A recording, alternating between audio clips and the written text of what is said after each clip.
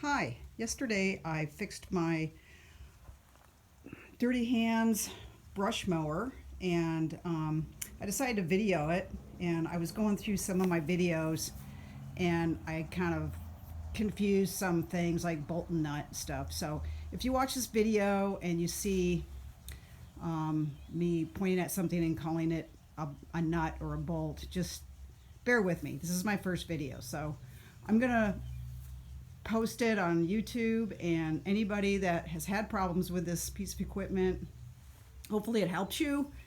I didn't see a lot on there was another video some gentleman did in 2017 which helped me a little, and I noticed since I got this piece of equipment a year ago, there's been very little product support, so or customer support for that matter. So I'm gonna put this in the beginning so you know when I'm pointing at something that I'm just nervous. Bear with me, and hopefully you'll get something out of it. Bye.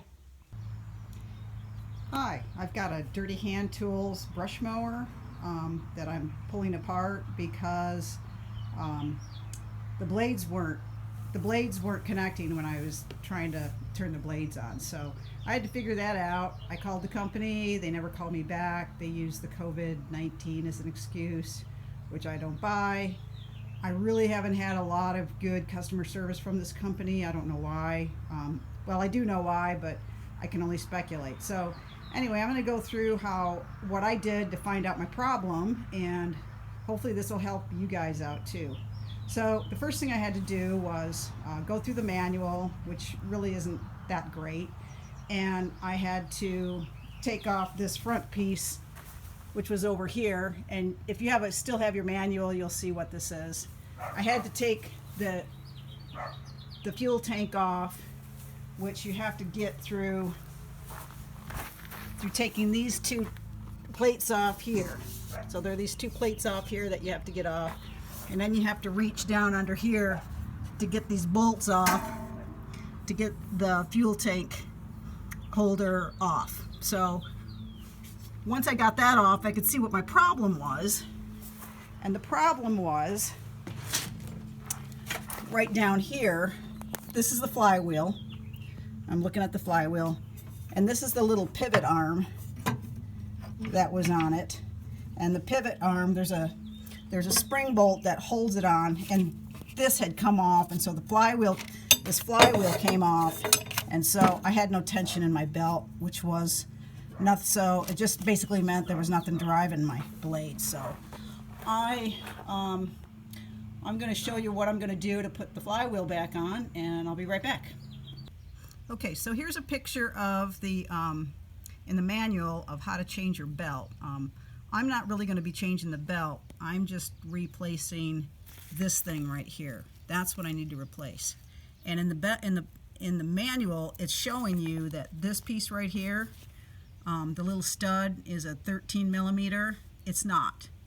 I think it's probably a 14 or 15. I have to go to the store and run to get a 14 millimeter socket wrench to get that off. I did get one off. I kind of used a crescent wrench, but I don't like using crescent wrenches. So that's another piece of information that you'll probably run into if this ever happens to you. Okay, so I got the flywheel off. As you can see, it comes around the belt comes around here, goes around this other deal. Underneath here, I can't really show it to you now, but underneath this little wheel thing is a spring, is the little arm that everything attaches to. I should have videoed it, but I didn't. And then the spring, and then this bolt, and then another one of these bushings. And you need the bushing to get the clearance between the spring and this part of the flywheel. So that's kind of how all that works. So I think the next thing I need to do is stretch this string or this spring around this, and then put it all together, and hopefully I can get it to work again.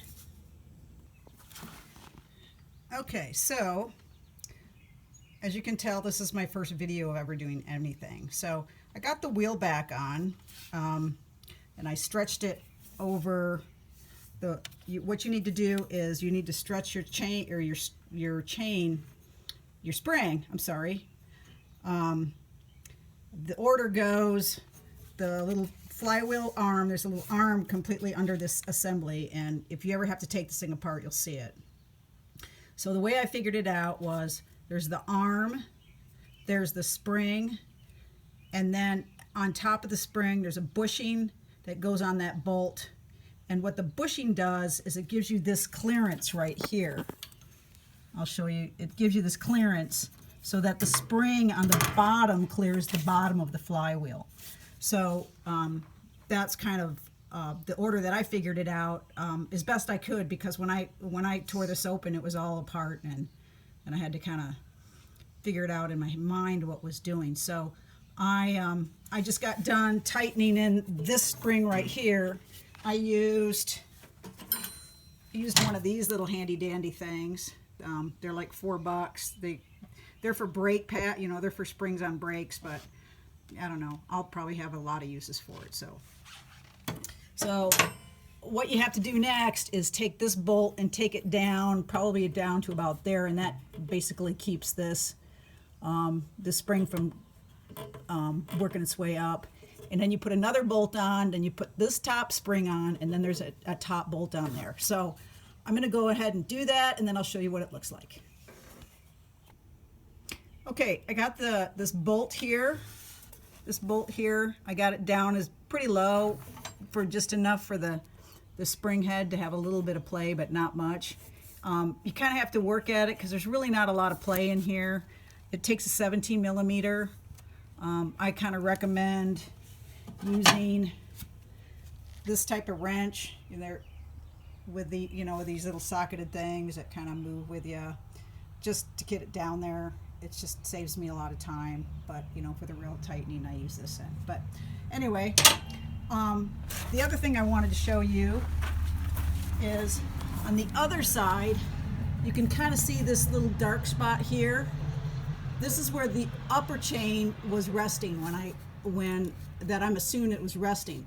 So I need to put another bolt or nut down here to hold that chain in place, and then there's another nut that goes on the top of this. And so I'm going to put this nut in, then I'm going to stretch my chain over the top, and I'm going to put my other nut on top, and then I think I'm done with this thing, and I should be able to put her all back together, and she should be functional by then. Okay, so I thought I was almost all done with this, and then I was checking to see if everything worked, and I noticed that my belt is almost done. So if you do this, make sure you make sure your belt's okay before you button her all up. I'm just glad I caught it before I put everything back together, because it's kind of laborious and time consuming. So I'm going to run to the store and get a new belt, and hopefully after that I'll be running this thing. Okay, so I just got my new belt. Actually, it took me quite a while to get one. I had to go to several places to find them, so I recommend, if you're going to have one of these pieces of equipment, to always have an extra belt on hand, because eventually you'll need to change your belt. And it's always good to just have one. It took me about an hour and a half driving around on a Saturday to finally find a place that had a belt. But anyway, it's on. Everything's good, back together again. I'm going to button this back up, and I'll show you how I unbuttoned it as I button it up. And I'm just going to keep working on it. Okay, now I got my gas tank back on. I don't have it bolted in, but I wanted to show you how to bolt these in and how to unbolt them, because the first time I tried to take it apart, I was really frustrated. There's a bolt here, right there. Here's the top of our flywheel. There's a bolt here, and then there's another nut right behind here. Where's my finger at? I can't. Oh, sorry. It's right there. So this is the little doodad where your manual goes, and it's right there. And it's the exact same way on the other side. The way to access this is through the back here. So if you see, there's plenty of room to reach in to get it. It's kind of a hassle, but I'm not very big and I was able to do it by myself. So when you're taking this apart for the first time, which you will be doing if you have this for any length of time, just remember that, because if you don't, you'll be really frustrated and wonder how you're to reach that bolt. But it says that in the manual, but it's still not very clear. So I just wanted to show you that. Oops. Sorry about that. So I was going to show you real quick about, I'm looking through the back side because I remember showing you the pulley arm. And from here you can get a good idea from what the pulley arm looks like, and how the order in which you hook it all up on the pulley wheel. Let me see if I can get a better view for you. You can't really see it very well from here.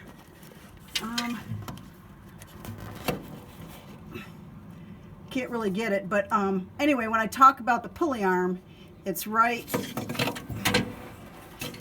here. This is the pulley arm, and shoot. Anyway, I'm showing my light right on it, and it bolts in, and then you can see where it hooks into the spring. I'm showing this the best I can, but you can see how the spring hooks in. It doesn't seem to go on really straight, and I don't know if that's going to work. I guess when I turn it on, I'll find out. But I kind of wanted to show you that before I button this thing up. Okay, well, I managed to get her running. She seems to be working okay. I'm pretty happy. I started working on this about 7 o'clock this morning, and it's about 4 o'clock now. I took a couple breaks, and then it took me about 2 hours to go find a new belt. But I got her done. I'm pretty happy. I'm not a mechanic. I just kind of figured this out because I'm on my own. But I'm going to show you real quick the tools I used, so that if something ever happens, you know what to have. I like to always, you need a headlamp so that you can look underneath. I always just have WD-40 on hand. I used some electrical tape to tie down the gas tank, because I had to unhook the gas tank to get it off. And here's a pair of pliers I used to unhook it as well. You're going to need a 10 millimeter ratchet set. I had a 13 millimeter. I didn't have a 17 millimeter, but whatever, you know. I recommend having 2 13 millimeters. I like these come in really handy, these little self-ratcheting ones, because you're going to be in really tight situations and the ratchets aren't going to really work for you. So I have 2 of those. I have a 17 millimeter. I didn't have another 17 millimeter, and I didn't feel like buying one, so I just used one of these. What also came in handy for me is a little magnet. When I was putting it together, I dropped some of the nuts underneath the flywheel, and I would not have been able to get them without this magnet. I also have one of these little doohickeys too, but I never used it. Go to the store and get one of these. You'll have to have one of these. They're just little spring pullers that usually people use for the springs on brakes. Just get one and have it on hand, because you know, if you have this piece of equipment for any amount of time, you're gonna be changing a spring. So just have it. So with that, I'm happy I'm done, and I'm gonna watch a chick flick now. Have a good night. Bye-bye.